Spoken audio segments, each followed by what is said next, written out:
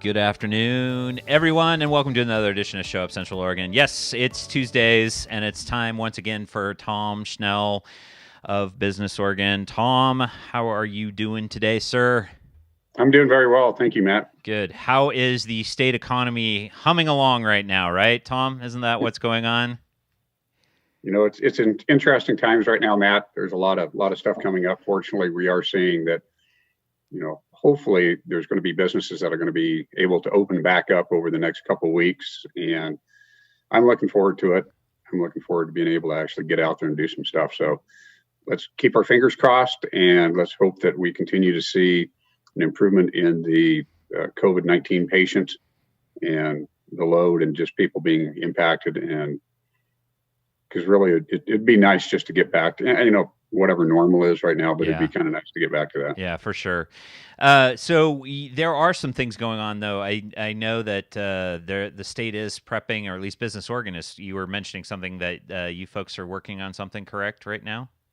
Yes, we are. So kind of a little bit of a background on it. The Paycheck Protection Program was reopened, replenished is what I'm going to call it, not refunded, but replenished a couple of weeks ago. And it was interesting because we saw a really initial rush to get into it again, and then it's really kind of slowed down. And so where the first round, I'm going to call it round one and round two. Round one, a lot of people applied for it. It was oversubscribed, and so they came back in and they put in an additional over $300 billion into it to try to meet the needs that was out there. And what we found was some of the larger companies that took the Paycheck Protection Program actually gave the money back. They decided that they didn't want it, which kind of helped it a little bit. But then also, it seems like maybe the demand wasn't quite as great as what they initially thought. So we're seeing some of the banks that are actually reaching out saying, hey, we've got money to lend out for it. And so if you're interested, let us know. At the same time, the EIDL loan program, the direct loan program from the SBA, that one was kind of interesting because they initially said there's about 50 billion that they're going to put in that, and they end up only coming in with about 20 billion. They said they're going to open it up to small businesses and ag producers, and then promptly started putting through all the applications that they had received prior to that. So they started processing all the applications. And they didn't open it up for agriculture producers until just recently. And so a lot of the ag producers were a little bit frustrated because they were trying to get on and apply for it. Mm-hmm. And there wasn't even an application they could apply for. You couldn't even get onto it. So they just opened that up. And so that's good. What we're finding is that there's still some businesses out there that were not able to access either the Paycheck Protection Program or the EIDL loan program, economic injury disaster loan program. And so what happened is the state allocated $5 million to come up with a program. And then they asked Business Oregon, who is the state's economic agency, to help match that $5. So we came up with $10 million. And out of that, we're taking an initial $2.5 million. So it's not a lot. I mean, it's in the scheme of things, $2.5 million isn't a lot. Mm-hmm. However, what it's designed for is small businesses that did not get access to any of the federal funding. So these are specifically targeted for small businesses of 25 employees or less. And that some of this I'm going off of memory, so bear with me if I'm off a little bit, but I think the numbers are pretty accurate. 60% of it is going to be targeted for rural areas under 30,000 in population. So a lot of the smaller areas. 40% will be then going for the MSAs that are over 30,000. And really what it's designed for is those small businesses that just weren't able to get any access to the federal funding. And it is going to be in the form of a grant, and it's not going to be a loan program. It's going to be in the form of the grant. So Business Oregon is not doing it directly, but what we're going to do is team up with some of the economic development districts. We potentially looking at, chambers, anybody that has a funding mechanism currently in place, because one of the things it's going to require is that the entity that we're pushing the money out to will need to match those funds. And so if we give an entity 50,000, they need to match it for 50,000 to come up with 100,000. then they're going to administer the grants. And so we aren't going to do it directly. We just sent out the RFP today, I think it was, to get people. We're trying to get it out as quickly as possible. So, hopefully we can start actually taking in the applications for the people that are actually going to be administering it by Monday. I think it is when we're going to start taking those. And then what we're going to do is start making those decisions as far as what we're going to push it down to. And then we're really trying to get it out to rural areas and areas where they just didn't have access to it. We're hearing a lot that in some of these smaller communities that they may not have the banking institutions, or they just didn't have the resources to find out about some of these loan programs. So we're really trying to help the people that were maybe a little disadvantaged on this to get that money out. Once again, $2.5 million is not a lot of money, but when you're a small business, as you know, any little bit helps. Oh yeah, that's for sure. I mean, you look at 2 point. I'm like, hey, I'll take the entire amount. That's it's Right. not a small amount for I think it is. I think for those small businesses, that's definitely something that will definitely help for sure. Absolutely. And Yeah. when it's Go ahead, man. Oh, well, I was just wondering, Tom, when is that fund looking like that's going to sort of roll out for the state? The part of it is that we need it deployed by the end of June, which means that we need to get this thing out very quickly. So it's only been I think today's the 12th day that we've been working on it, and we're trying to get it rolled out as quickly as possible. And so one of the things that we're going to do is ask that whoever receives it gets it.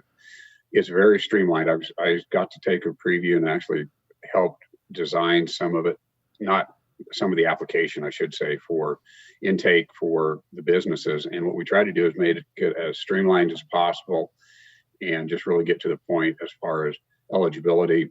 And, these business owners right now, they've got enough on their plate. They don't need to be sitting there filling out a large application that is, may not pertain stuff that is relevant to what we're trying to get out. Mm-hmm. But really what we're trying to do is just, Matt, he's a small business owner. You understand this. You've got a business to run. At the same time, part of that is finding funding. Right. And so we're trying to balance that. And I think, it'll be interesting. I think they've struck a good balance. That's part of the reason why they're doing the 2.5 million right now. And then there will be other tranches on top of that, kind of as we learn things and figure out where the demand is and, who needs it and how to get it deployed and stuff. So some of this is really trying to get it out as quickly as we can, at the same time, also keeping some powder dry for future rounds too, because we're going to have a reopening, right? I mean, as these businesses reopen, some of this money right now is just survival, right, to get to the reopening. And then they're going to have reopening costs. I think I was on a call with Sherry Helt, who, she has a restaurant, and she said in that call, if I get the correct amount, and if Sherry hears this and wants to correct me, that's fine. But if I recall, it was like $25,000 to open up a restaurant. And if you think about it, they've been 2 months now without any, income or little income if they're doing roadside service or curbside service. And suddenly they need, $25,000 to open back up. A lot of these restaurants and barbers and salons and gyms, they don't have that money just sitting around. And so they need all the help they can get to get restarted, get back going, and get an operation again. Mm-hmm, mm-hmm. Yeah. So, and speaking of, Tom, we are starting to get back to sort of opening, and you're a guy that's been dealing with businesses, small businesses, medium-sized, large businesses over the years. Mm-hmm. Words of advice right now, as far as, I have some thoughts, but I'm just curious what you would have to say to, get safely open, as far as obviously there's fiscal, and then there's, our own, a physical safety too. Do you have anything from a state level that, you guys are encouraging businesses to look at? So, the state definitely has guidelines based upon the industry. So my recommendation is go to the Oregon Health Authority webpage and take a look at it. There's a whole section on the various different industries, anywhere from restaurant to retail to gyms to outdoor. So they're trying to address each industry, kind of stand alone on that. And I'd really highly recommend that you go there and take a look at, some of the guidelines. Really, at the end of the day, you nailed it, Matt. And I'd be interested from a business owner to hear what you have to say about it too, because there's a balance there. You do want to get started, and get back operation and get the business running again.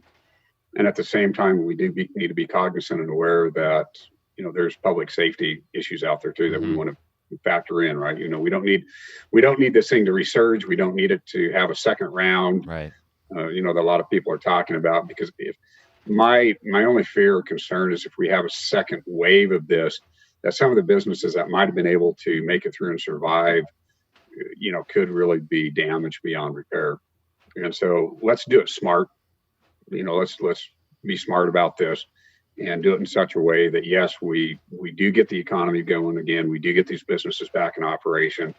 We do need to be cognizant of that. These are the life of these owners, right? I mean, this is how they pay their bills and feed their families. And we need to be cognizant of and aware that there is that, personal impact from the business owner. And at the same time, we have a health issue that we need to be aware of too. So let's do it smart. Right. And yet at the same time, let's see if we can get this thing back going again. Well, and I think, Tom, one of the things that I was, from a business standpoint, I mean, I'm not the typical business right now that has been, not operating or operating on a very small amount. I've been extremely busy.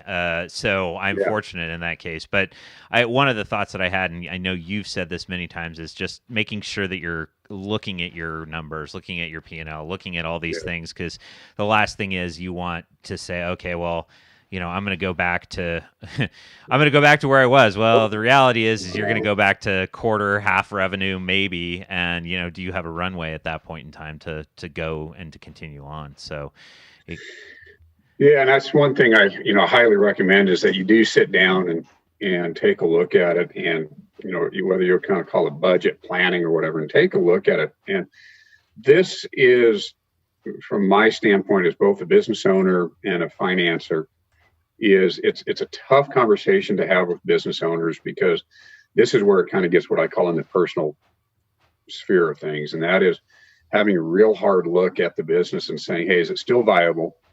And a lot of these, and Matt, you mentioned that not just, maybe revenue wise, but also how you do business could be impacted dramatically.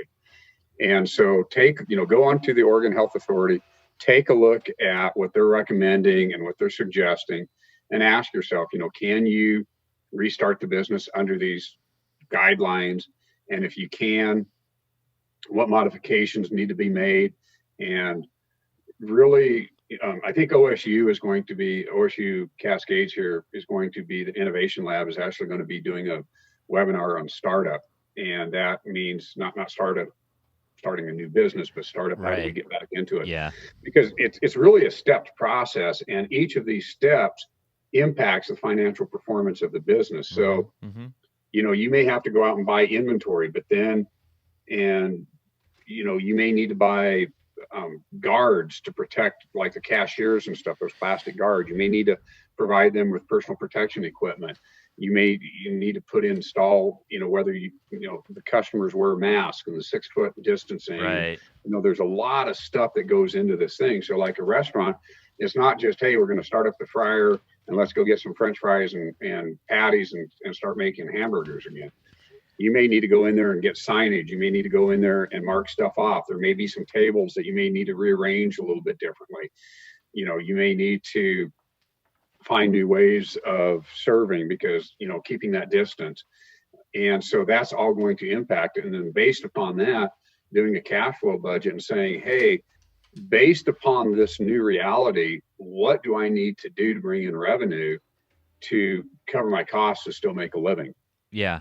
And it may be that there's some businesses that just look at it and say, we're done. And there may be some businesses that look at it and say, hey, we need to stay closed for a little bit longer because we just simply can't operate under that. And there may be some that take a look at it and say, we can be creative, still maintain the health, the health aspect of it and health safety. But at the same time, we can be a little creative here and still, generate revenue to stay open and serve the public and, go back into doing the business. So my recommendation is really go back and do a hardcore planning, take a look at the setup, take a look at how to protect the employees, take a look at how to protect the customers, but then take a look at it and say, how is that going to impact me financially? And if I open up, can I maintain that and be financially feasible? And it may be doing a couple different scenarios and saying, hey, at 50% of revenue, this is where I'm at. If I can only maintain 25% of revenue, this is where I'm at. So doing a couple different modeling scenarios.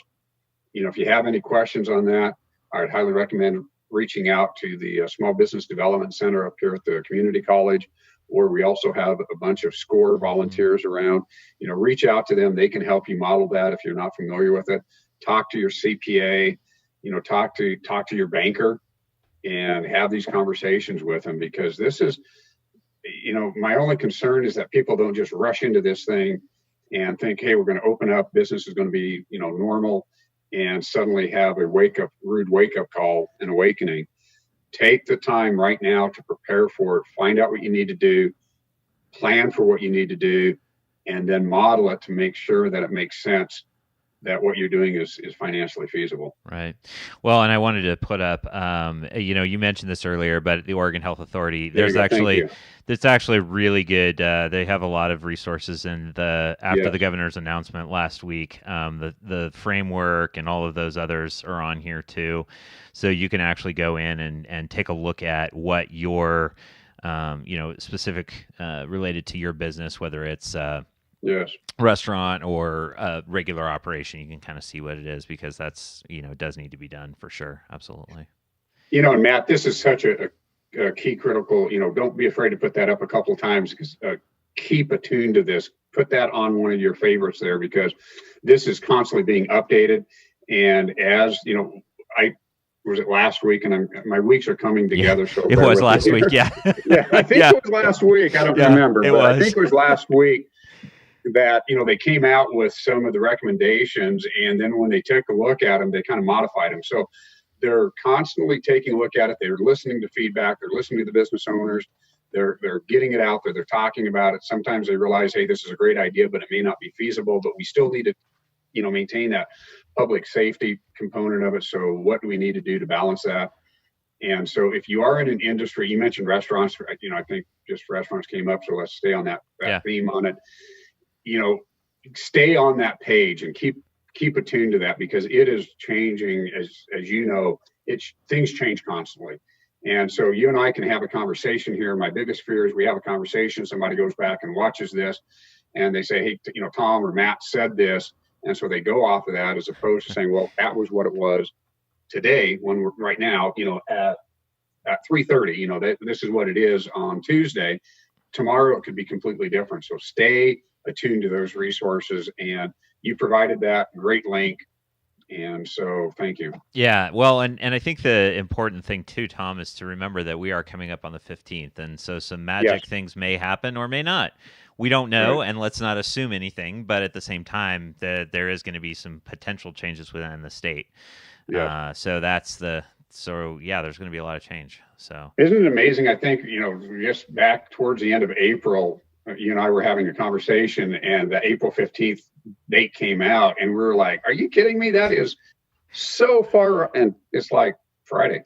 I know. Well, May, you mean, Tom? Let's not. Yeah, May. Yeah, you said we're talking about. Oh, yeah, that's April, right. That's right. Yeah, exactly. We're talking about it in April. Yeah. But May 15th was so far off. I know. And here we are. Yeah. So things fly by fast. So yeah, they do. Yeah. Yeah. Well, you need to get with Sherry. So. Yep, I do. Thanks, Tom. I appreciate it, man.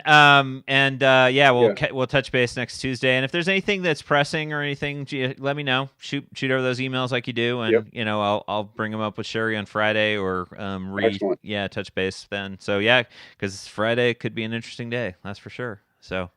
It will be interesting one way or the other. Yes, it will be. Matt, thank you for everything you do. Give my regards to Sherry. I will do that. Appreciate what you're doing. Keep it up. All right. Thanks, Tom. I appreciate it. You have a wonderful afternoon, man. All right. I'll talk to you soon. All right. So that was Tom Schnell. Yeah, we are going to be getting into Sherry here. I want to conclude this one, and then we'll get with Sherry. So just stick with us. If you're watching on YouTube, great. If you're watching on Facebook, know that Sherry's going to be coming up here probably in the next 5 to 10 minutes. And thanks. Appreciate everyone for joining me for this first one. And again, remember, say it with me, show up for for Central Oregon. Thanks, guys. We'll talk soon.